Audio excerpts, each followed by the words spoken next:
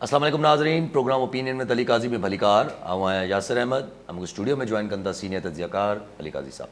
Welcome Ali साहब।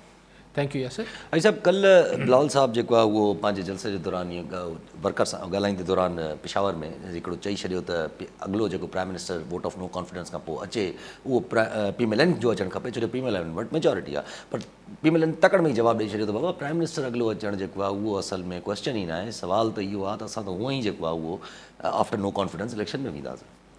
ॾिसो, इहा ई त जेको हाणे हीउ जेको अदम एतमाद खां पोइ जी सूरत हाल आहे, उन ते हाणे नवाज़ लीग, PDM, पीपल्स पार्टी इन्हनि जे विच में जेके शयूं न पियूं अञा बि एग्ज़ैक्टली हिकिड़े पेज ते न पिया अचनि, उहो हाणे उहो नुक़्तो आहे। पहिरीं त अदम एतमाद जे नुक़्ते ते हिकिड़े पेज ते न पिया आया। हाणे जेको आहे पोस्ट यानी हुन खां पोइ जी सूरत हाल जेका थींदी अदम एतमाद खां पोइ जी, उन ते अञा बि इतफ़ाक़ राय लॻे थो नाहे। ॿियनि नुक़्तनि ते बि नाहे, पर हीउ बि हिकिड़ो अहम नुक़्तो आहे। छाकाणि त नवाज़ लीग त ज़ाहिर आहे जॾहिं शुरू में बि PDM टुटी हुई हिन ॻाल्हि ते, नवाज़ लीग जो इसरार ऐं मौलाना फज़ल रहमान जो इसरार आहे त हीउ सुभाणे इलेक्शन न थिए, अॼु इलेक्शन थी वञे। पीपल्स पार्टी जी शुरू खां ख़्वाहिश आहे त न हीउ टेन्योर पूरो थिए, 5 साल पूरो थिए। हाणे जॾहिं अदम एतमाद ते हिकिड़ो इतफ़ाक़ राय थियो आहे त उन में बि नवाज़ शरीफ़ खे सम्झाइण वारनि इहो सम्झायो त भई ठीकु आहे न, अगरि इमरान ख़ान फ़िलहालु हलियो वञे या तहरीक इंसाफ़ जी गवर्नमेंट हली वञे त ऑटोमेटिकली ॿी हुकूमत एतिरी कमज़ोर ऐं फजाइल हूंदी ऐं हू नवाज़ लीग जे कुल्हनि ते बीठल हूंदी त पाणी इहे लोॾा ॾेई हुन हुकूमत खे डाहे छॾींदासीं ऐं 3-4-5 महीननि में इलेक्शन थी वेंदी। अच्छा, इहो सिर्फ़ु ईअं न आहे त हुननि इहो को राज़ रखियो पाण वटि, इहा हिकिड़ी डिस्कशन बि आहे। छाकाणि पीपल्स पार्टी को ख़ातिरियूं चाहे थी त अगरि नो कॉन्फिडेंस अचे थो त पोइ बि टेन्योर पूरो थिए। त जीअं मूं तव्हांखे 3-4 प्रोग्राम पहिरीं बि हिकिड़ी ॻाल्हि कई पे 3-4 ॾींहं अॻु, त नवाज़ लीग जी ख़्वाहिश आहे त इलेक्शन इन ई साल बसी नो कॉन्फिडेंस थिए ऐं 3-4 महीना सिर्फ़ु इन ॻाल्हि ते लॻाया वञनि, ध्यानु ॾिनो वञे त चूंड सुधारा थी वञनि ऐं इलेक्शन रिफॉर्म्स खां पोइ सेप्टेंबर-अक्टूबर में इलेक्शन थी वञनि। पीपल्स पार्टी जी ख़्वाहिश आहे त ईंदड़ अगस्त-सितंबर में इलेक्शन थियनि, यानी टेन्योर पूरो करे ई मुदो पूरो थिए पार्लियामेंट जो। त पोइ वरी विच जी किथे ॻाल्हि थी पए त भला न तव्हांजी ॻाल्हि न असांजी ॻाल्हि, 2023 यानी ईंदड़ साल फेबरवरी-मार्च में अप्रैल में किथे इलेक्शन थी रहिया। सो हाणे हीउ जेको सवाल इहो आहे त हीउ जेके अगरि एतमाद अची वञे थी ऐं कामयाबु थी वञे थी त पोइ सवाल इहो आहे त हीउ जेके 6 महीना या 1.5 साल जेतिरी बि ॿी हुकूमत हलणी आहे, उहो तोक पंहिंजे गले में केरु विझे। ज़ाहिर आहे, जीअं हमेशह तव्हांखे हिकिड़ी ॻाल्हि चवंदो आहियां त जेको बि प्राइम मिनिस्टर हींअर अची वञे, हू पेट्रोल जी क़ीमतूं नथो घटाए सघे, हू महांगाई कंट्रोल नथो करे सघे, हू IMF खे जवाबु नथो ॾेई सघे, हू FATF खे जवाबु नथो ॾेई सघे। हीउ जेको ख़िते जी सूरत हाल ठहे पई ऐं जेका फॉरेन अफेयर्स जे हवाले सां असांजी जेका फॉरेन पॉलिसी जे हवाले सां असांजी सॻारनि हल्कनि जी जेका इनपुट आहे या हुन में पॉलिसी मेकिंग में इन्फ्लुएंस आहे, हुनखे घटाए नथी सघे को ॿियो बि अची वञे। त हीअ सभु फैक्टर्स जेके आहिनि उहो तंहिंजे करे नवाज़ लीग इहो न चाहींदी त हीअ 6 महीना या 1.5 साल मां उहो जेको तोक पाइणो पवंदो उहो हू पाइनि। छाकाणि त हू चाहींदा त हिकिड़ो फ्रेश मैंडेट वठी अची ऐं पोइ ठीकु आहे, पोइ बि को बदिलाव न अची वेंदो नवाज़, लेकिन पोइ नवाज़ लीग वटि 5 साल हूंदा त हू हुन शयुनि खे वरी कंहिं नमूने शयुनि खे कीअं बहितर करे थी। लेकिन हीउ जेको अगरि हीउ 1.5 साल नवाज़ लीग अची वई त माण्हुनि खे 3.5 साल इमरान ख़ान वारा आस्ते आस्ते विसरणु शुरू थींदा। हीउ 1.5 साल खां पोइ अगरि इलेक्शन थी त माण्हुनि खे पोइ नवाज़ लीग ई यादि रहिजी वेंदी। पीपल्स पार्टी बि इहो चाहे थी त हीउ 1.5 साल नवाज़ लीग हुकूमत करे, त जीअं पंजाब में जेको ग्राफ मथे थियल आहे नवाज़ लीग जो, उहो झको थिए त पीपल्स पार्टी खे पंजाब में जॻह मिले ऐं पीपल्स पार्टी सिंध हुकूमत बि हले पई। सो पीपल्स पार्टी लाइ हिकिड़ी सुठी, अच्छा अगरि प्राइम मिनिस्ट्री बि मिले थी पीपल्स पार्टी खे त आउं सम्झां थो त पीपल्स पार्टी हुन खां इनकारी न थींदी, बशर्ते उहा प्राइम मिनिस्ट्री 4 महीननि जी न हुजे, उहा 1.5 साल जी हुजे। ठीकु आहे कॉलर सां गॾु मोहम्मद अनवर चांग सांगड़ मां। जी चांग साहब छा चवणु चाहींदा? सर असां यासिर बा तव्हांखे सलाम, काज़ी साहब खे सलाम। वालेकुम सवाल साईं असांजो इहो आहे त मोहतरम जनाब असद ज़रदारी साहब पीपल्स पार्टी को चेयरमैन जेके मुलाक़ातूं कयूं आहिनि साईं PGM सरबराह मौलाना फज़ल रहमान सां अॼु शहबाज शरीफ़ साहब जी मुलाक़ात थी वई आहे या थियणी आहे ऐं छो त असां वटि लाइट जो प्रॉब्लम आहे, लाइट त हूंदी कान्हे असां वटि, त छा हिननि मुलाक़ातुनि जो साईं को आवाम को आसिरो करे का तब्दीली सरकार मां आवाम जी जान छुटंदी ऐं को ख़र्चु हिननि मुलाक़ातुनि जो साईं निकिरंदो या न साईं? महिरबानी साईं तव्हांजी। ठीकु आहे चांग साहब। ॿियो बि कॉलर मोहम्मद बख्श लोराणी थाना बुलाखान मां। जी लोराणी साहब छा चवणु चाहींदा? साईं अली काई साहब खां मुंहिंजो सुवालु आहे जी त काफ़ी ॾींहंनि खां जेके BDM जो मुतहदा जेको अपोज़िशन आहे उहा लॻी पई आहे त वज़ीर आज़म जे ख़िलाफ़ु वोट ऑफ नो कॉन्फिडेंस आणींदासीं। साईं अली काई साहब खां मुंहिंजो सुवालु आहे छा हुन ते एतिरा वोट फिगर आहिनि, छा हाणे कामयाबु थी सघे थी? नंबर ॿी ॻाल्हि त अगरि प्राइम मिनिस्टर घटायूं त पहिरां स्पीकर घटाइणो पवंदो आहे, जीअं को स्पीकर गड़बड़ न करे नंबर गेम में वग़ैरह गिनती वग़ैरह में, त पहिरियां स्पीकर खां पहिरियां ई वज़ीर आज़म जे ख़िलाफ़ु कहिड़ी तरह सां अचे थी। ॿियो नंबर ते मां नून लीग खे कहिड़ो फ़ाइदो आहे? ॿुधण पियो अचे त प्राइम मिनिस्टर जेको ईंदो उहो 6 महीने लाइ अचे या साल लाइ अचे, उहो बि पीपल्स पार्टी जो आहे, उन खां नालो घुरियाऊं को राजा पर सिर्फ़ु ॾियनि था या कुर्सी छॾींदा, त नून लीग खे कहिड़ो फ़ाइदो आहे? ठीकु आहे साईं, ठीकु आहे। साईं पहिरीं ॻाल्हि चांग साहब साईं खड़तेल निकिरंदो न निकिरंदो कोशिशि कनि पिया साईं, पाण कोशिशि कामयाबु थिए थी या नाकाम ई महीने ॾेढ में पाण ख़बर पइजी वेंदी।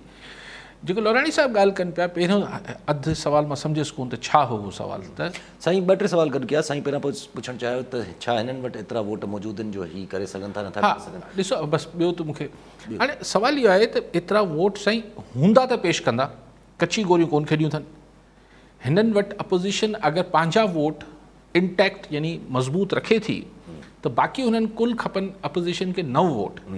9 वोटनि मां अगरि जहांगीर तरीन वटि दावा करे थो 10, पर अगरि हुन वटि 5 या 6 बि आहिनि, 6 बि हुन सां बीहनि, त बाक़ी 4-5 त ॿिया ख़ुदा जा बंदा खोड़ हूंदा पार्लियामेंट में जिन जा नाला पाण कॾहिं न ॿुधा हूंदा, ओचितो अची ज़ाहिर थींदा। जी जी जी। ॿी ॻाल्हि छा कई साईं? ॿी ॻाल्हि साईं कई त वोट ऑफ नो कॉन्फिडेंस जो पहिरियां त साईं पुछनि छा तरीक़ो छा आहे पहिरियां स्पीकर जी? ॾिसो न स्पीकर जे ख़िलाफ़ु ॾिसो तव्हां त लोराणी साहब ईअं चयो पिया ॼण को वॾी नो कॉन्फिडेंस जी मूवमेंट्स असां वटि कामयाबु थी वियूं आहिनि माज़ी में। पेशी असां वटि पेशी कोन थियूं आहिनि, न पेश थियूं आहिनि मोहतरमा जे ख़िलाफ़ु आहियूं, लेकिन उहे कामयाबु करे न थियूं आहिनि।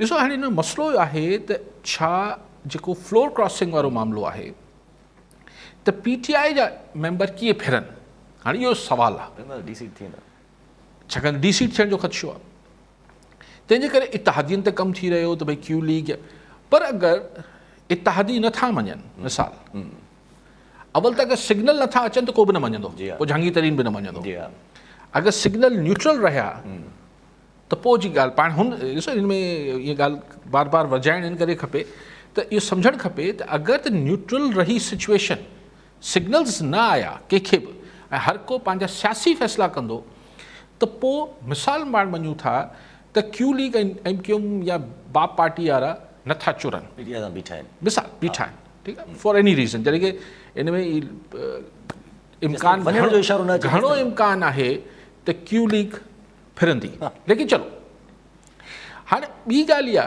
त अगरि ॿाहिरियां PTI जा टोन आहिनि त हू फ्लोर क्रॉसिंग वारी शर्त आहे, उन लाइ वरी हिकिड़ो तरीक़ो इहो कढियो वेंदो आहे त ब्लॉक ही 10-15 माण्हू इस्तीफ़ा ॾेई छॾीनि। हाणे अगरि 15 PTI जा MNAs N ब्लॉक में इस्तीफ़ा ॾेई छॾीनि था मेजॉरिटी त पार्लियामेंट में अपोज़िशन वटि अक्सरियत अची वेंदी। सो हाणे मुख़्तलिफ़ तरीक़ा आहिनि, हाणे ॾिसूं कहिड़ो फॉर्मूलो अप्लाई थिए थो। टी ॻाल्हि छा कयूं? जी टी ॻाल्हि साईं कई त साईं जी भला टी ॻाल्हि ते अचो त पिया पहिरियां कॉलर वठी वठो। सरमद हुसैन रिंद कराची मां। जी रिंद साहब छा चवणु चाहींदा? अस्सलामुअलैकुम सर। वालेकुम सलाम। सरमद हुसैन पिया ॻाल्हायां सर कराची खां। मुंहिंजो क्वेश्चन साईं खां इहो हुयो त अॼुकल्ह जेको आहे लॉन्ग मार्चनि जो ऐं जेको आहे वठण जो सिलसिलो लॻो पियो आहे, बट तव्हां पाण ॾिसो था त वेलफेयर फैसिलिटीज़ लोकल माण्हुनि जे लाइ ऐं लोकल पीपल जे लाइ जेको आहे कुझु बि माना न वफ़ाक़ न सिंध सरकार आहे। एंड ॿियो त जेको इंटरनेशनल टेंशन ऑफ यूक्रेन ऐं रशिया जो, उनजे हिसाब सां जेके ऑयल प्राइसिस ऐं ॿी जेके शयूं आहिनि वेलफेयर जी थिंग्स के बि न आहिनि ॿिन्ही सरकार वटि, त हे जस्ट पंहिंजी फेस सेविंग जे लाइ जेके एक्टिविटीज़ कनि था, हिननि वटि प्लान बी कहिड़ो थी सघे थो गवर्नमेंट जो लोकल रेजिडेंट जे लाइ, त हुनखे वेलफेयर जो कुझु सेटिंग थी सघे। महिरबानी। ठीकु आहे साईं, ॿियो बि कॉल इकराम ख़ासकली मातलीमा जी। ख़ासकली साहब छा चवणु चाहींदा? अस्सलाम वालेकुम यासिर साहब। वालेकुम सलाम।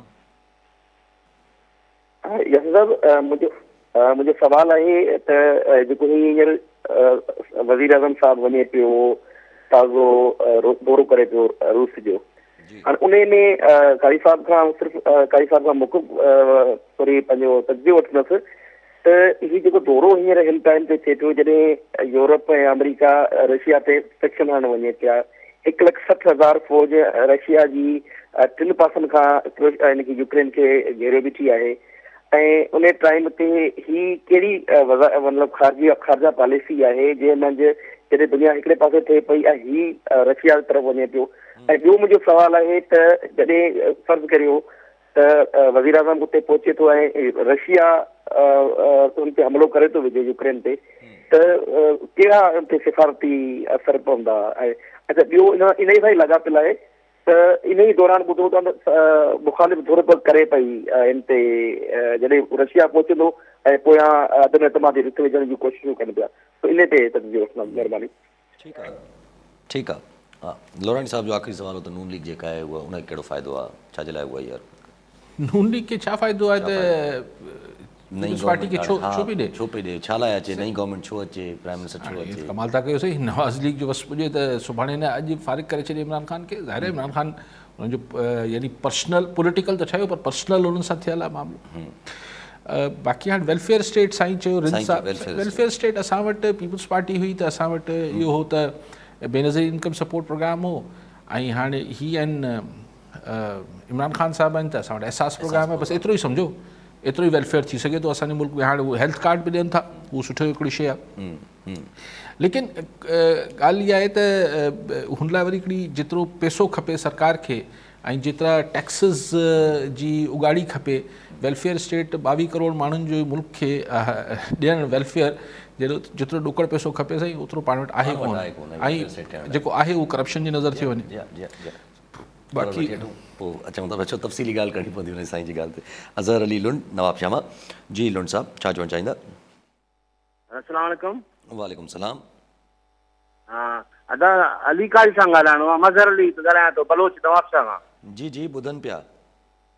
हेलो, ॿुधनि पिया, ॻाल्हि कयो तव्हां। हेलो जी साईं, आवाज़ु अचे पियो तव्हांजो। आवाज़ु थोरो थो अचे तव्हांजो अचे पियो। हेलो, ठीकु आहे। हाणे साईं ख़ासकली साहिबु जेका हाणे यूक्रेन ऐं रशिया जो जेको सॼी सिचुएशन आहे, अॼुकल्ह त मुर्गो रशिया जेको आहे हू यूक्रेन जा उहे हिसा जिथे बग़ावत प्रो रशिया जेके हिसा हुआ उन्हनि जेको आहे आज़ादी जो ऐलान कयल हो, उनखे रशिया कल्ह मञता ॾेई छॾी आहे। हाणे मञता ॾिनी आहे त यूरोपियन यूनियन वारा बि चवनि पिया त सैंक्शन्स हणंदासीं। ऐं हाणे अगरि त मामिलो सिर्फ़ु एसि ताईं आहे त रशिया जेको आहे उहो हिकिड़े इलाइक़नि खे रिकग्नाइज़ करे पियो एस इंडिपेंडेंट स्टेट्स एरियाज़ या स्टेट वॉट एवर, ऐं हुन ते सैंक्शन लॻनि पियूं, त हीअ त थियो त हिकिड़ो माशी ऐं सिफ़ारती जंग ख़ुदा ख़ैर पियो करे त अगरि ही को एस्केलेट थी मिलिट्री कॉन्फ्लिक्ट में न चेंज थी वञे। हाणे इन सूरत हाल में हिकिड़ी ज़ाहिर स्ट्रेस आहे सॼो दुनिया इन महिल आहे, लेकिन रशिया बि आउं सम्झां थो त ठीकु आहे, व्लादिमीर पुतिन जेको आहे उहो हिकिड़ो स्ट्रॉन्ग मैन आहिनि, पंहिंजे पाण खे आयरन मैन सम्झे थो, लेकिन बहरहाल दुनिया जा सैंक्शन्स ऐं प्रेशर्स आहिनि, ऐं एतिरो ॻाल्हि होपफुली न वेंदी जेसि ॻाल्हि थिए पई। छाकाणि त अगरि पासपोर्ट्स ॾिए पियो रशियन पासपोर्ट्स यूक्रेन जे सिटीज़न्स खे ॾिए पियो, त हाणे उहो जेको कानून आहे त रशियन सिटीज़न खे किथे तकलीफ़ पहुचंदी त रशियन फ़ौज हुते घिड़ी सघे थी, उहो जेको अमेरिका बि कंदो आहे, उहो साॻियो थियण जो इम्कान मौजूदु आहे। सो क्रिटिकल सिचुएशन आहे हिन महिल। पाकिस्तान जो वञणु हुते हिकिड़े पासे प्राइम मिनिस्टर वञनि पिया 2 ॾींहंनि जे दौरे लाइ पुतिन वटि, लेकिन ॿिए पासे यूक्रेन में जेको असांजो एम्बेसडर आहे उहो जेको मूं अख़बार में पढ़ियो पिए त हू हुते जे फॉरेन ऑफिस वारनि सां फॉरेन जेको डिप्टी फॉरेन मिनिस्टर आहे यूक्रेन जो उन सां मुलाक़ात कई आहे ऐं उते यूक्रेन जो जेको मौक़िफ़ आहे उनजी हिमायत कई उनजी हिमायत पाकिस्तान कई आहे, असांजे एम्बेसडर कई आहे। सो असीं बैलेंस करण जी कोशिशि कयूं पिया। यूक्रेन मीन्स वेस्ट ऐं रशिया मीन्स रशिया। जी हा, सो असां लेकिन ख़ुदि यूक्रेन गवर्नमेंट बि इहो उमेद कई आहे त हाणे पाकिस्तानी प्राइम मिनिस्टर वञे पियो त हू कुझु टियाकड़ी जो मामिलो करे। हाणे हिकिड़ी इंटरनेशनल ही जेको कॉन्फ्लिक्ट आहे त ज़ाहिर आहे हिकिड़े पासे रशिया आहे, ॿिए पासे यूरोप आहे, टे पासे अमेरिका आहे, पर ही हिकिड़े पासे आहिनि। ऑफकोर्स हिकिड़ी ट्रिकी सिचुएशन आहे, लेकिन आउं सम्झां थो त अगरि असीं अच्छा यूक्रेन सां असांजा कई शयूं असीं हुतां इम्पोर्ट कयूं था, असां हुतां दिफ़ाई पंहिंजी ज़रूरतनि जी काफ़ी शयूं घुरायूं था, डिफेंस पर्पज़ जा जेको इक्विपमेंट आहे उहो घुराईंदा आहियूं असीं यूक्रेन मां। असीं कणिक घुराईंदा आहियूं, जेको न ख़राबु कणिक आई जेका अलाए केरु खाइण जहिड़ी न हुई, उहो यूक्रेन मां असां घुराईंदा आहियूं। सो असांजा यूक्रेन सां बि मामला ठीकु आहिनि, लेकिन जेको दुनिया में हिकिड़ी तब्दीली अचे पई ऐं हाणे रशिया ॾे असां कयूं पिया, चाइना ॾे असीं ऑलरेडी झुकाव थियल आहियूं। सो पाकिस्तान हिकिड़ो मिड रोल पंहिंजी हिकिड़ी इम्पोर्टेंस क्रिएट करे पियो। हिकिड़ो जेको ब्लॉक्स जी गेम थियण वञे पई दुनिया में, हुन में पाकिस्तान थोरो पंहिंजो फॉरेन पॉलिसी में हिकिड़ो एग्रेसिव टोन वठे पियो। ही सिचुएशन ट्रिकी आहे, लेकिन वी आर मतिलबु हाणे हू जेको बिल्कुलु असीं हिकिड़े जी कच्छ में चढ़ी वेही रहंदा हुआसीं, हाणे असीं हिकिड़ो मिड रोल ॻोल्हण जी कोशिशि कयूं पिया। रिस्की आहे, बट क्वेश्चन इहो आहे त अहिड़े मामलनि में हिकिड़ो न्यूक्लियर पावर आहियूं, असांखे जीअं ट्रीट कयो वञे थो त थोरी ॻाल्हि अमेरिका जी न मञियो त असां ते FATF जा शर्त लॻी वञनि था, असांखे IMF कर्ज़ ॾियणु बंदि करे थी, त पाकिस्तान थोरो असर्ट करे पियो त ठीकु आहे यार आहियूं, पर अहिड़ो बि न सम्झो, थोरो असीं हीअं बि करे सघूं था, असां वटि ऑप्शन्स आहिनि। सो लेकिन बहरहाल पाकिस्तान जी इकॉनमी जेका आहे इहो वरी हिकिड़ो अलॻि सुवालु आहे, अलॻि बहस आहे त छा पाकिस्तान जी मईशत एॾो बोल्ड डिसीशन्स वठण जी मुतहमल थी सघे थी, न थी सघे, हिकिड़ो अलॻि डिबेट आहे। ठीकु आहे, कॉलर सां गॾु मज़हर अली लुंड नवाब शामा। जी लुंड साहब, छा चवणु चाहींदा? सर अली कारी सां सवाल करिणो आहे। पहिरीं त मुबारकबाद ॾियां साहब खे, अली कारी साहब खे, चैनल जे बारे में त टाइम चैनल निकितो आहे, ऐं उन खां अलावा भई जेको ही मैशियत असांजी तबाह थींदी थी वञे, ऐं जेसीं ही इमरान ख़ान रहंदो त असांजा छा हाल थींदा। उन खां अलावा जेके कराची में हींअर मतिलबु त रोज़ानो जेके क्राइम थियनि पिया, उन जे बारे में साहब खां मां सवाल कयां त ये कीअं हल थींदा मसइला। ठीक है, बेबी कॉलर वसीम कुरैशी हैदराबाद में। जी कुरैशी साहब, क्या कहना चाहेंगे? जनाब अली काजी साहब, अस्सलाम वालेकुम, और भाई यासिर भाई आपको भी। अच्छा सर, मैं आज सवाल करूंगा पाकिस्तान की आवाम की तरफ से। सर मैं मुतालबा करूंगा अरबाब इक़्तिदार से कि मुल्क के अंदर जो इंतखाबात की मुद्दत है वो 2.5 साल की जाए, ताकि पावर जो है वो अवाम के पास आए, अवाम जल्द से जल्द फैसला कर सकें। कल भी सर आपने इस पे तफसीली गुफ्तगू की थी, मैं चाहता हूं कि आज भी ज़रा इस पे तफसीली आप बताएं। दूसरा सर, ये रमज़ान और करीब है, और प्राइस कंट्रोल के लिए जो है ये तमाम डिस्ट्रिक्ट इंतज़ामिया तो नाकाम हो गई है तमाम जगहों पे। आपसे ठीक है सर। सो बहरहाल जेको रशिया जे हवाले सां ॻाल्हि थी पई हिकिड़ी आहे त सिचुएशन ट्रिकी आहे। कल बि थोरो मुख़्तसर पाण ॻाल्हायो पिए त हिकिड़े पासे ॾिसो त हाणे आस्ते आस्ते यूरोपियन यूनियन ऐं अमेरिका जेको आहे उहो ईरान ॾे मतिलबु हू वापसि हुन डील खे वापसि ॼाणण जी कोशिशि थिए पई ऐं अॻभराई थिए पई हुन पर। ॿिए पासे इज़राइल जेको आहे असांजी मिडल ईस्ट में अरब स्टेट्स उनखे आस्ते आस्ते रेकग्नाइज़ करणु शुरू कनि पियूं। सो हिकिड़ी सिचुएशन क्रिएट थिए पई। असीं बि ॻाल्हियूं, असांजा मिनिस्टर अब्दुल रज़ाक दाऊद बि ॻाल्हि करे पियो त इंडिया सां ट्रेड थियणु खपे, त शयूं चेंज थियनि पियूं। हिन में ॾिसणो इहो आहे त असां वटि इंटरनली असां जेको आहे उहो पंहिंजे अंदरूनी मामलात खे बि, छाकाणि त जॾहिं तव्हां फॉरन पॾेही महाज़ ते हिकिड़ी शयुनि खे ॾिसी रहिया हुजो था, ख़ैर को सिर्फ़ु इमरान ख़ान साहिबु कोन पियो ॾिसे, सभई गॾिजी सॼी ॾिसंदा हूंदा, त हिकिड़ी तेज़ी सां चेंज थींदड़ सूरत हाल बहरहाल डेवलप थिए पई। अच्छा, इन सां अगरि ॻाल्हि हले पई, इन सां गॾु अगरि सवाल रखूं त हिकिड़ो ज़हन में अचे थी ॻाल्हि त प्राइम मिनिस्टर साहिब जे जेको साईं बि थोरो इशारो ॾिनो ख़ासि करे साहिबु, त इमरान ख़ान जे इन फेवर जेको आहे उहो हिकिड़े अगेंस्ट पूरे हिकिड़े मुल्क में जेका आहे उहा सॼियूं पॉलिटिकल पार्टीज़ हिकिड़ो जेको आहे उहो एहतजाज कनि थी पियूं ऐं उहे पॉलिटिकल पार्टीज़ आहिनि जेके पहिरियां बाइडन ऐं इन्हनि सभिनि सां कमु करे चुकिया आहिनि।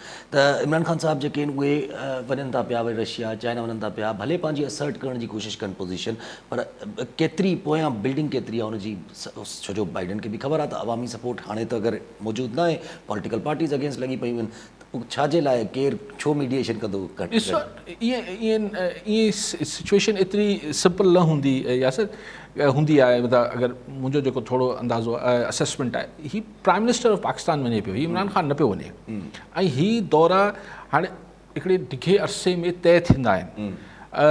ऐं सिर्फ़ु माण्हुनि खे हैरानगी इहा थिए पई, ही दौरो को 15 ॾींहं पहिरीं जो तय कोन थियल हूंदो, ही हिकिड़ी पूरी बैकडोर हिकिड़ी शयूं हली रही हुजनि थियूं। लेकिन हैरानगी इहा थिए पई त जॾहिं हिकिड़ी कशीदगी आहे ऐं यूक्रेन वर्ल्ड फोकस में आहे, उन महिल रशिया पाकिस्तानी प्राइम मिनिस्टर जो वञणु, जेको रशिया जंहिंसां असांजी हिकिड़ी सो कॉल्ड हिकिड़ी जद्दी पुश्ती दुश्मनी जहिड़ी सूरत हाल हुई, ऐं हिन महिल असीं हुते वञूं पिया, उन हवाले सां ही हैरानगी जी ॻाल्हि आहे। बाक़ी ही को हिन जो लोकल डोमेस्टिक, ऐं ही प्राइम मिनिस्टर ऑफ पाकिस्तान वञे पियो, इमरान ख़ान नथो वञे, ही केरु बि हूंदो त वञे हा। हाणे उहे जेके ॿियूं ॻाल्हियूं साईं मज़र साहब चयो त मसला कीअं हल थींदा, मुल्क में हेॾा सारा मसला आहिनि, महांगाई खोड़सार आहिनि साईं। बाक़ी साईं कुरैशी साहब ॿ टे ॻाल्हियूं कयूं, डिस्ट्रिक्ट लेवल ते हिकिड़ी ॻाल्हि कयूं त न, कुरैशी साहब तो वो फरमा रहे हैं कि 2.5 साल में होनी चाहिए। बिल्कुल कुरैशी साहब, मैं इसका बहुत बड़ा हामी हूँ और मैं समझता हूँ इससे मुल्क को माशी फ़ायदा भी होगा। अक्सर लोग कहते हैं कि जी हमारा मुल्क जो है उसमें अरबों रुपए खर्च हो जाते हैं इलेक्शन में, तो मुतहमल नहीं हो सकता, गरीब मुल्क है। मैं तो कहता हूँ कि खरबों रुपए मार्केट में घूमता है पैसा, तो 2.5 साल में इलेक्शन होंगे तो ये जो खरबों रुपए प्लॉटों की सूरत में या बैंक बैलेंस या प्रॉपर्टीज़ में पड़े हैं, ये खुले होंगे, मार्केट में घूमेगा पैसा। भाई आप हिसाब करें कि MNAs पर 350 पता नहीं कितनी सीटें हैं, उसमें एक सीट पर 3 आदमी खड़े होते हैं।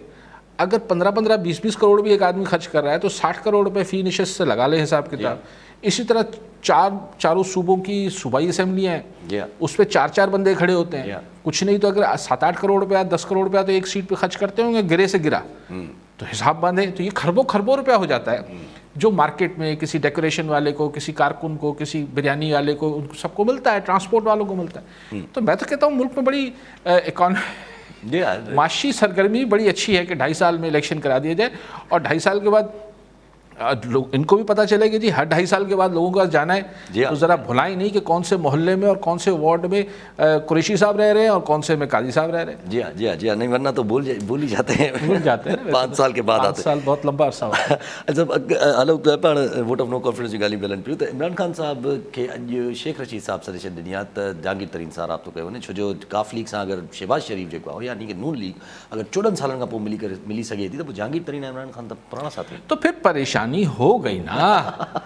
ओहो भाई, कल ताईं जो शेख रशीद चए पियो हो हाणे बि चई कोई इशारो न आहे, परवाह न आहे, ही थींदो, त भाई पोइ छो सरचा जा मशवरा ॾे पियो?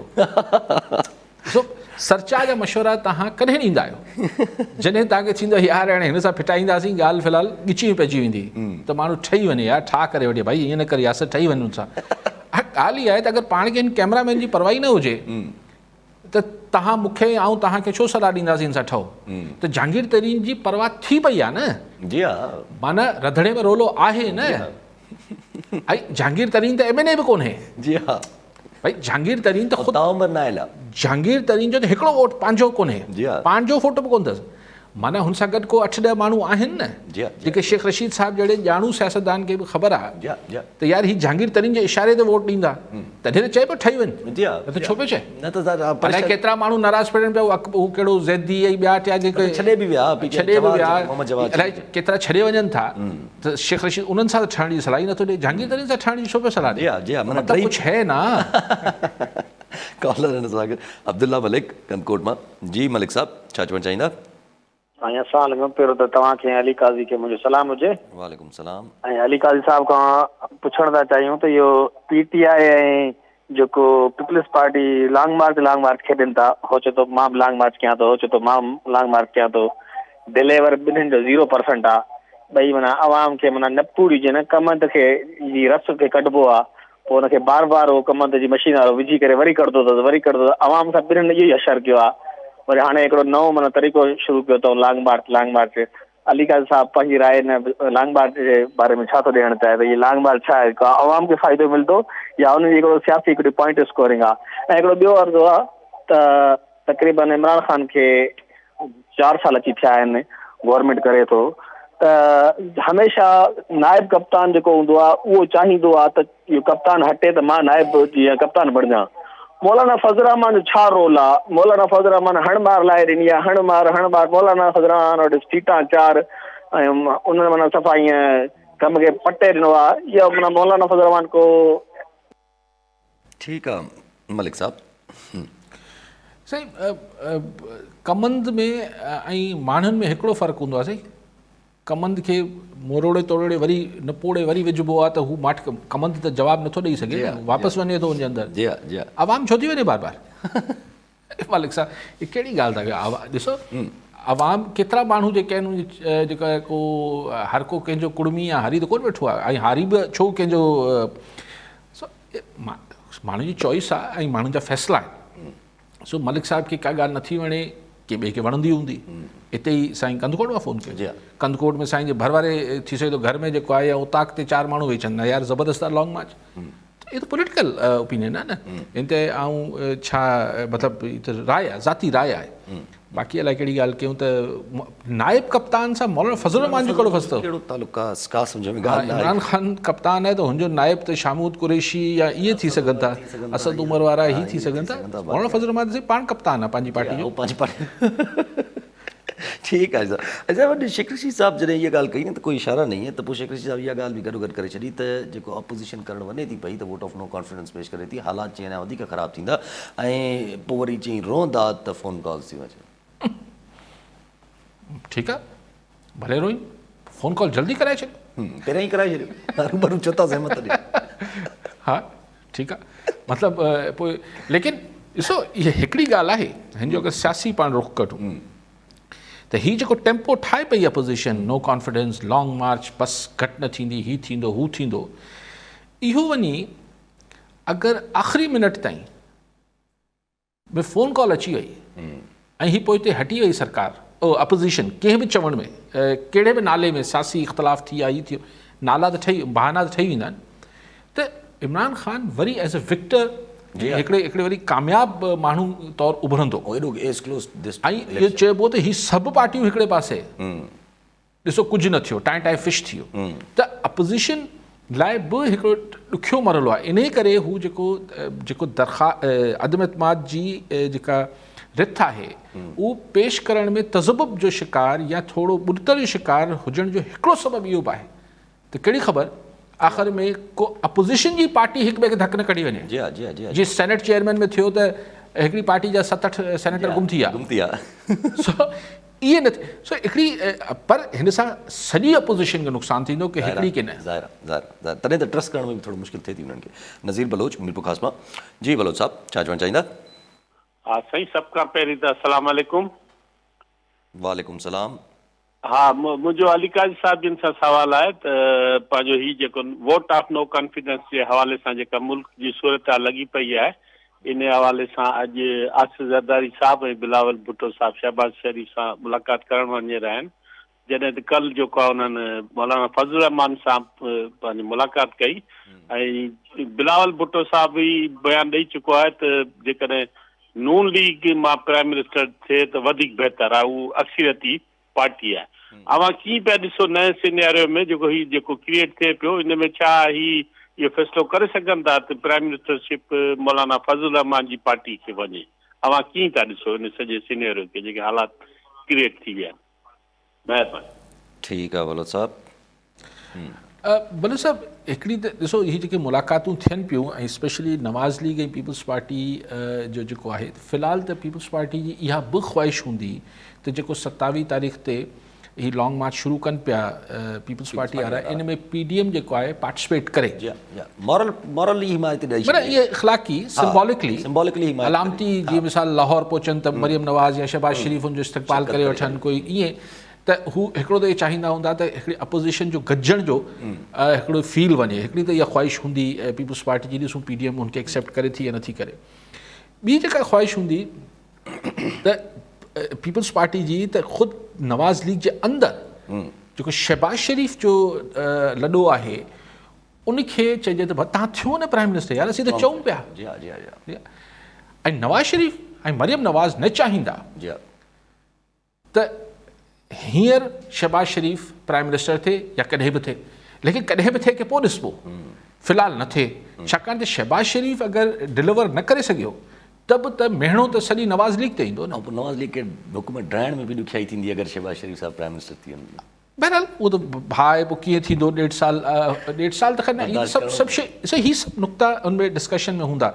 बलोच साहब ॿी ॻाल्हि कई पिए त बलोच साहब इहा मौलाना फज़ल रहमान जे लाइ चयो त मौलाना फज़ल हा, हाणे जेका साईं ॻाल्हि करे पियो, ॾिसो न हिन में खोड़ शयूं थींदियूं हूंदियूं न। हीअ त उहा ॻाल्हि थी रही हूंदी त शहबाज पीपल्स पार्टी चए पई त भई शहबाज शरीफ़ तव्हां थी वञो, ठीक है। वो चवंदा ज़रदारी साहब आप प्राइम मिनिस्टर बन जाए, मौजू हैं, आप ज़रा ज़्यादा लोगों को साथ लेके चल सकते हैं, तो आप ये जिम्मेदारी मुल्क को कौम की खातिर आप उठा लीजिए। हाँ, पहले आप थे पियो ना, आप तुसी वड्डे हो सर, तुसी वड्डे हो सर, तुसी पहले कर लो। अञा हो प्राइम मिनिस्टर मौजूद है, अञा इमरान खान मौजूद है, लेकिन ही पाण में, लेकिन हिन खां पोइ उहो जेका ॻाल्हि दिलचस्प बलोच साहब नई ॻाल्हि कढी आयो, नओं एंगल, त विच में कोड़ो मौलाना फज़ल रहमान ॾुखियो थो लॻे। छाकाणि त हिन में ही मामला वरी हिन जा वरी पोइ हिकिड़ा इंटरनेशनल हिकिड़ा हू थियनि था, हिकिड़ा फेसिस आहिनि, हिकिड़ा लिबरल या हिकिड़ा कंज़र्वेटिव। मूंखे उहो जेका तव्हां थ्योरी कढी आया आहे दिलचस्प बलोच साहब, लेकिन ॾुखियो थो लॻे। फेसिस मैटर कंदा आहिनि, वरी पॉलिसी फिलोसॉफी बि मैटर कनि थियूं पोइ शयूं। अच्छा शेख रशीद साहब, अॼु सिंध जी तरफ़ मतिलबु हिकिड़ो शहर मतिलबु सिंध जी तरफ़ ध्यानु ॾींदे चयो त कराची जो लॻे थो त का कानून ई न आहे, ऐं मां कुझु चवंदुमि त वरी ॻाल्हि जेका आहे उहा अॻिते ताईं हली वेंदी। ऐं मूंखे अगरि चयो वञे CM साहब खे असां चऊं था पिया अगरि तव्हां रिक्वेस्ट मोकिलियो त असां तव्हांखे हर थाणे में कराची में रेंजर्स जेका आहे उहा एक्स्ट्रा नफ़री ॾियूं। ऐं ॿियो बि चयो त अगरि हीअ हालात ईअं निकिरी आहे त घणो ख़राबु थी वेंदो कमु। ॾिसो जेको अॼु मूं अख़बारनि में पढ़ियो त CM साहब कल्ह चयो आहे त रेंजर्स सां गॾिजी हिकु टारगेटेड ऑपरेशन्स थियणु खपनि कराची में। हिन लाइ थाणनि ते अगरि रेंजर्स अची वई त पोइ पुलिस खे फ़ारिग कजे, ज़ाहिर आहे पोइ त ख़तमु आहे। आउं अञा बि इहो सम्झां थो टारगेटेड ऑपरेशन ज़ाहिर आहे इहो त बिल्कुलु थियणु खपनि जेको बि थिए पियो। ऐं अञा बि सम्झां थो त कराची में जंहिं ॾींहुं अंडर कवर पुलिसिंग शुरू थी उन ॾींहुं तव्हांजा 80% 75% मसइला हल थींदा। I am not a expert on it, but दुनिया में इहो ई थिए थो। छाकाणि त ॾोहारियुनि खे ख़बर हुजे थी त हिते आस पास पुलिस कोन्हे, ऐं नथो चाहियां जेके ॾोहारी पुलिस सां मिलियल हुजनि था या पुलिस वारा ॾोहारियुनि सां मिलियल हुजनि था, पर हर को त नथो मिलियल हुजे, छाकाणि त हींअर त सख़्ती बि आहे। पर ॻाल्हि इहा आहे त अगरि पुलिस सायरन वॼाईंदी घुमंदी त पोइ ॾोहारियुनि सां हुनजो किथे यानी ॾोहारियुनि वटि डिटरेंस किथे क्रिएट थींदी। हा, वक़्ती डिटरेंस त क्रिएट थींदी त हिते पुलिस बीठी आहे, हिते न वञे, हिते रेंजर्स जा 2 सिपाही बीठा आहिनि, हिते न कजे। पर सॼे कराची में किथे तव्हां पुलिस ऐं रेंजर्स बीहारे सघो था? ऐं थाणे ते रेंजर्स हली वेंदी त छा थी वेंदो? रुगो नफ़री करे त सिक्योरिटी स्टेट ठाहे छॾींदो। त एक्ज़ैक्टली पॉइंट आहे त क्रिमिनल खे कन्फ्रंट कजे न, हुनखे स्पॉट ते कन्फ्रंट कजे, पोइ हुन सां अला ख़ैर करे। लेकिन बहरहाल हिकिड़ी प्राइस आहे, हिकिड़ी कॉस्ट आहे इन शइ जी। लेकिन लॉ एंड ऑर्डर सिर्फ़ु कराची जी सिचुएशन न आहे। ॿारनि सां जेको अॼु इतफ़ाक़ सां सॼो ॾींहुं टाइम न्यूज़ ते मूं ॾिठियूं पियूं शयूं, हू ॿारड़ो मासूमड़ो वीचारो सखर जो, हाणे जंहिं बि हाणे इल्ज़ाम हुन जेके मिट माइट ते बि लॻे पियो, पर जंहिं बि कयो आहे इंतिहाई जानवर आहे, इंतिहाई अज़ियतनाक क़िस्म जी सोच। कीअं हिननि जेको इलाजु नथो थिए, ऐं चवंदा जानवर आहिनि, इंसाननि जे रूप में हिकिड़ा भेड़िया आहिनि। ऐं इहो इन्हनि जो अगरि हिननि जो छो नफ़्सियाती इलाजु अहिड़े थिए त हू मासूम ॿारड़ो जी कीअं यार हुनजी माउ ते छा गुज़रंदी हूंदी। अच्छा, ॿिया ॿार बि हैदराबाद मां हिकिड़ो ॿारु गुम आहे, ॾहरकी मां हिकिड़ो ॿारु गुम आहे, लाड़काणे मां गुम आहे, हिकिड़ो को क़ाइम खानी छोकिरो हैदराबाद मां गुम आहे। त इहे हिकिड़ा मतिलबु पुलिसिंग खे त हर हंधि आउं सम्झां थो वधीक इफेक्टिव करण जी ज़रूरत आहे। ठीकु आहे, कॉलर सां गॾु अब्दुल हक चांडियो काज़ी अहमद मां। जी चांडियो साहब, छा चवणु चाहींदा? अलीकाज़ साहब खे अस्सलाम वालेकुम। अर्ज़ी आहे त हिन वक़्तु 27 फरवरी खां ॿुधण में अचे पियो त लॉन्ग मार्च थिए पियो। मथां पाकिस्तान जो लेवल ते जेका महांगाई हली आहे, सिंध हुकूमत चवे थी त मथां खां महांगाई थी आहे। छा हिते मुर्गी जो गोश्त बि जेको आहे सो हुननि महांगो कयो, खंड बि हुननि कई, ऐं कणिक बि हुननि महांगी कई, अटो बि हुननि लिकाए छॾियो, खंड बि हुननि लिकाए छॾी। अली काज़ी साहब चयो त भई तव्हां सोचियो, हिते त बाबा सभु हज़ारे एकड़ जा ज़मींदार आहिनि, ग़रीब जे इलेक्शन में लड़ण जी का पोज़ीशन ई कान्हे। जेकॾहिं बल्दियाती इलेक्शन में को मेंबर बीहंदो आहे, उन खे बि वॾेरो चवंदो आहे त हीउ मुंहिंजो माण्हू आहे, हिन खे वोट ॾियो। ऐं थाणा ऐं स्कूल ऐं इस्पतालूं इन्हनि जे हथ में आहिनि। हीअ त कुर्सी लाइ विढ़नि पिया था। मुंहिंजे ख्याल में इनखे त अवाम पाकिस्तान जे लाइ को बि सूर कोन्हे। सिंध में केतिरी जेका लाक़ानूनियत लॻी पिया, किथे ॿार मरी था वञनि, किथे 6 माण्हू मरी था वञनि। पुलिस मथां पुछी जेको सो बाद में जेको हुननि जो केस दाख़िल थी करे, अञा ताईं हुननि जो को बि दाद फरियाद कोन्हे थियो। ग़रीब वञे त काॾे वञे, जॾहिं त हू वॾेरे जे छकंजे में फाथल आहे। थाणो बि वॾेरे जो आहे, पुलिस बि वॾेरे जी आहे, स्कूल बि वॾेरे जो आहे, इस्पताल बि वॾेरे जो। ग़रीब त मरी वियो आहे। हाणे पाकिस्तान जे लाइ जी ठीकु आहे। हाँ महंगाई आहे जी, महंगाई आहे। पोइ साईं चवनि पिया त सिंध हुकूमत बि ज़िम्मेवार आहे। ऐं त ज़ाहिर आहे हिकिड़ी महांगाई आहे जेका पॉलिसीज़ जे करे वधि थिए थी। सही मिसाल, पेट्रोल महांगो थींदो त हर शइ हेठि महांगी थींदी। इहो चवण त न, छाकाणि त तव्हां वटि अगरि खंड अचे पई त हू ट्रक ट्रॉलर में अचे पई न, हुनजी हिकिड़ी भाड़ो आहे, हिकिड़ी ट्रांसपोर्टेशन आहे। अगरि तव्हां भाण महांगी करे छॾींदो, DAP महांगी कंदो, लेकिन ज़ाहिर आहे सूबाई हुकूमतनि जो बि हिकिड़ो तमामु वॾो रोल हुजे थो। त हीअ जेका महांगाई आहे, हिन में पॉलिसी मैटर त ज़ाहिर फेडरल आहे। उहो सूबाई हुकूमतूं कुझु नथियूं करे सघनि। अगरि पेट्रोल महांगो थिए पियो या बिजली महांगी थिए पई त हुनमें, लेकिन हेठि जेका पाण ज़ख़ीरा अंदोज़ी थिए पई सूबनि में, सिंध में बि थिए पई, त उहो बहरहाल सूबाई हुकूमतनि जी ज़िम्मेवारी आहे। हुन सां वॾेरनि जो कोई कोन्हे साईं। इहो ग़लति आहे चांडियो साहिबु। चूंडियल एवज़ियन जे हेठि हूंदियूं आहिनि पुलिस, तपेदार, मुख़्तियारकार। उहो चूंडियल इन करे आहिनि जो तव्हां चूंडियो था हुनखे। इहे छा था चओ? तव्हां वटि अगरि चांडियो साहिबु 2000 एकड़ 5000 एकड़ ज़मीन हुजे, SHO तव्हांजी न ॿुधे, तव्हां छा करे वठंदो? हा, अगरि तव्हां सियासी भोतार हूंदव, अगरि तव्हां चूंडियल हूंदव, त तव्हां हुन SHO खे ट्रांसफ़र कराए छॾींदो। सो इहो थोरो असीं हिकिड़ी जोश ख़िताबत में असीं सभु ज़मींदारनि खे, वॾेरनि खे हिकिड़ी लाइन विहारी था। अहिड़ा शानदार वॾेरा ज़मींदार आहिनि जेके पंहिंजी 2000 3000 एकड़ ज़मीन आहे, पंहिंजी मॉडल फार्मिंग कनि पिया, टंडलियार हिन ॿिए पासनि ते। उन्हनि खे SHO जेको आहे, उहो SHO उनखे लिफ्ट ई नथो कराए, हू बि SHO खे लिफ्ट नथा कराइनि, छाकाणि हुननि खे बि कंहिंखे ॿधाइणो छॾाइणो न आहे। जी हा, धंधे वारो माण्हू धंधे, हू त धंधो कनि था न। जी हा, बिज़नेस आहे न। सो ॻाल्हि इहो न आहे। ॻाल्हि इहा आहे त चूंडियल माण्हू जे असर हेठि हुजनि था ऐं हुननि खे तव्हां चूंडियो था। जी जी ठीकु आहे। कॉलर असां गॾु डॉक्टर मुश्ताक मुनारी हैदराबाद मां। जी डॉक्टर साहब, छा चवणु चाहींदा? सर अर्ज़ु हो त हेल्थ डिपार्टमेंट में सिंध गवर्नमेंट जेको आहे IHS जे हवाले थियल आहे 110 यूनिट, जंहिंमें तालका हॉस्पिटल्स बि हुयूं, रूरल हेल्थ सेंटर बि हुया, बेसिक हेल्थ यूनिट बि हुया। उहो उन खां वापसि वरिता अथनि। हाणे 5 महीनो आहे, उते हिकिड़ी रुपए जी बि जेको आहे मेडिसिन सप्लाई नथी कनि, छो त अञा ताईं हुनखे बजट ई रिलीज़ न थी आहे। मुंहिंजो इत्फाक़ थियो ॾेरो लाल हेल्थ सेंटर में वञनि त उते ड्रेसिंग जो बि सामान न हुजे। पोइ त ख़बर पई न, हीअ जॾहिं अञा ताईं बजट लाइ उन्हनि को मैकेनिज़म ई न आहे ठाहियो आहे।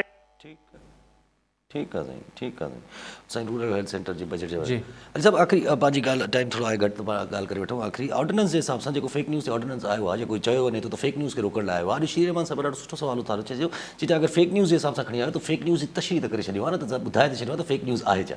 एग्ज़ैक्टली ॻाल्हि इहा आहे त हिकिड़ी हूंदी आहे फेक न्यूज़, हिकिड़ो हूंदो आहे मिस रिपोर्टिंग, हिकिड़े हूंदो आहे जेको तव्हां तौहीन कंदा आहियो, हिकिड़ो हूंदो आहे तव्हां उनखे बदनाम कंदा आहियो। इहे सभु अलॻि अलॻि शयूं आहिनि। तव्हां हर शइ खे हिकिड़े ई खाते में कीअं था ॻणी वठो। ऐं ज़ाहिर आहे ही आवाज़ दॿाइण जी ॻाल्हि आहे, हिन में को ॿ राय आहिनि ई कोन। हीउ जेको कानून आहे ही डेफिनेटली ही इलेक्ट्रॉनिक ऐं प्रिंट मीडिया, सोशल मीडिया सभिनी जो आवाज़ दॿाइण, निड़ी त घुट लत रखण जी ॻाल्हि आहे। हीअ त को बि माण्हू किथे वञी बि माण्हुनि खे टिप ॾियारे छॾे त यार तूं मूंखे हीअं करे छो रखियो मुंहिंजे लाइ, ऐं तो हीअं छो लिखियो, हीअ तव्हां 16 वेठा छो न आहियो, तव्हां मूंखे बेइज़ती महसूसु थिए पई। कहिड़ी नॉनसेंस आहे हीअ। बेसिकली ॾिसो, ही हिकिड़ी ख़्वाहिश आहे त माण्हू सिर्फ़ु उहो ॿुधनि जेको असीं हुननि खे ॿुधाइणु चाहियूं था ऐं उहो चवनि जेको असीं ॿुधणु चाहियूं था। टी ॻाल्हि न, लेकिन भाईजान ईअं नथो थी सघे। मतिलबु थी त ख़ैर हाणे दुनिया में सभु कुझु सघे थो, लेकिन 22 करोड़ माण्हुनि खे ईअं मतिलबु हू छा चइबो आहे त पहिरीं बि ताले आज़मा आया ऐं हुन महिल त अलाए छा छा हो, ऐं हुन ज़माने में अञा एतिरी प्रेस ऐं जेको सोशल मीडिया ऐं टीवी एतिरो हो बि कोन, दुनिया बि एतिरी ॻंढियल न हुई। हुन ज़माने में इहो माण्हुनि जेको आहे कुर्बानियूं ॾिनियूं। सो इहा ॻाल्हि न हज़म थींदी, इहो कानून हिननि खे वापसि वठिणो पवंदो। ठीकु आहे वॾी महिरबानी साहब। नाज़रीन, अॼु जे प्रोग्राम जो पूरो थियो, वरी मिला ईंदड़ प्रोग्राम में। दुआ में।